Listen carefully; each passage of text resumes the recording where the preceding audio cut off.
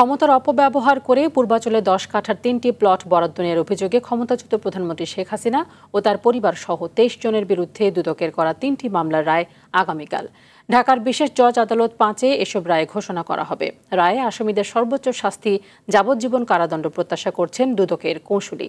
মমিন হোসেনের সহায়তায় সাদিয়া কানিজের রিপোর্ট।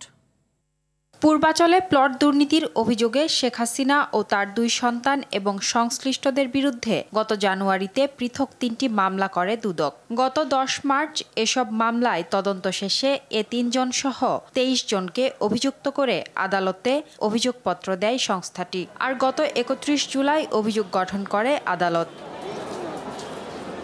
গত 4 মাসে এসব মামলায় সাক্ষ্য দেন 91 জন। তবে সাক্ষ্য গ্রহণের শেষ পর্যায়ে এসে 29 অক্টোবর আদালতে আত্মসমর্পণ করেন রাজুক কর্মকর্তা খুরশিদ আলম। তিনি খালাস পাবেন বলে আশা তার আইনজীবীর।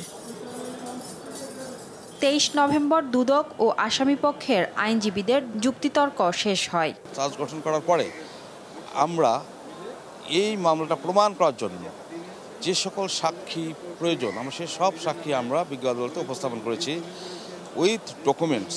দুদকের আশা এসব মামলায় শেখ হাসিনা সহ সব আসামির যাবজ্জীবন কারাদণ্ড হবে।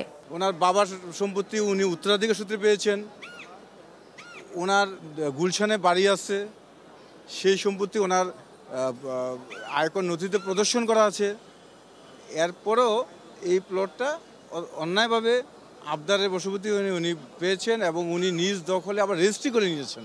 প্রমাণ করতে সমর্থ হয়েছি। আমরা আশা রাখি দুর্নীতি দমন কমিশনের পক্ষ থেকে যে আইনের সর্বোচ্চ সাজা আমরা প্রত্যাশা করি। একই অভিযোগে শেখ হাসিনার বোন রেহানা এবং তার মেয়ে ব্রিটিশ এমপি টিউলিপ সিদ্দিকী সহ 17 জনের বিরুদ্ধে 1 ডিসেম্বর রায় ঘোষণার দিন ধার্য রয়েছে।